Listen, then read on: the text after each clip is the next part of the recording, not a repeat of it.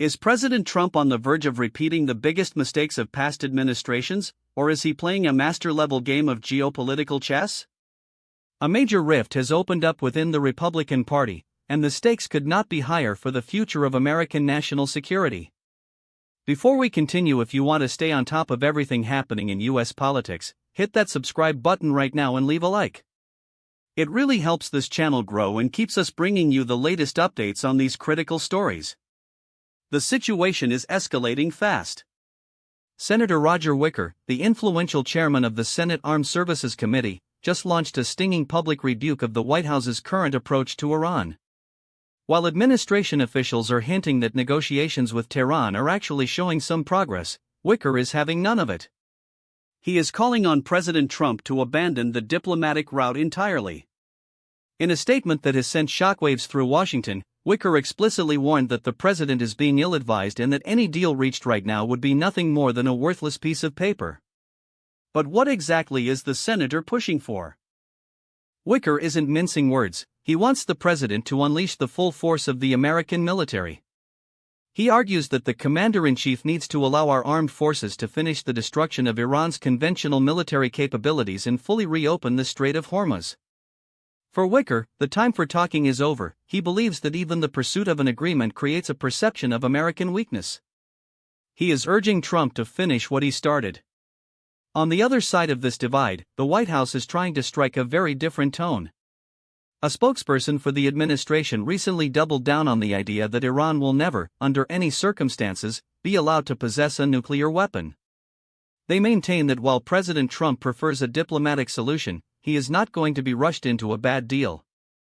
According to the administration, the success of military and economic pressure campaigns specifically labeled as Operation Epic Fury and Economic Fury means that President Trump holds all the cards. They argue he has the luxury of time to force the best possible outcome for the United States. Adding to the complexity, Secretary of State Marco Rubio stepped into the fray on Thursday, confirming that there has indeed been some progress in the ongoing talks.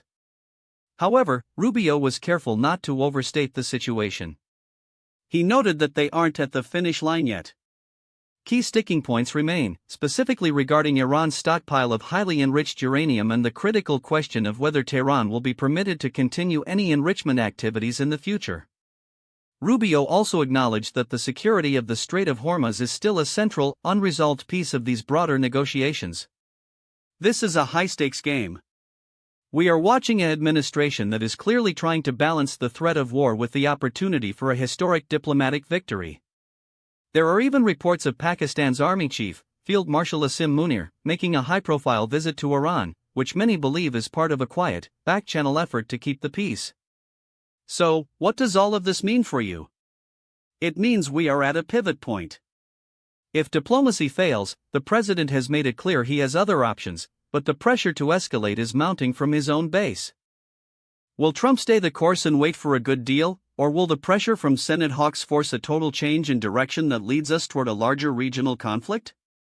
The tension between the military-first faction and the diplomatic negotiators inside the White House is defining the administration's current trajectory. So, what do you think about this? Is Senator Wicker right that diplomacy is a sign of weakness, or is President Trump being smart by taking the time to avoid a war? Drop your opinion in the comments below. I read every single one. This situation is evolving by the hour, and we'll be here to track every single development as it breaks. Stay tuned, stay informed, and keep asking the tough questions. We'll see you in the next video.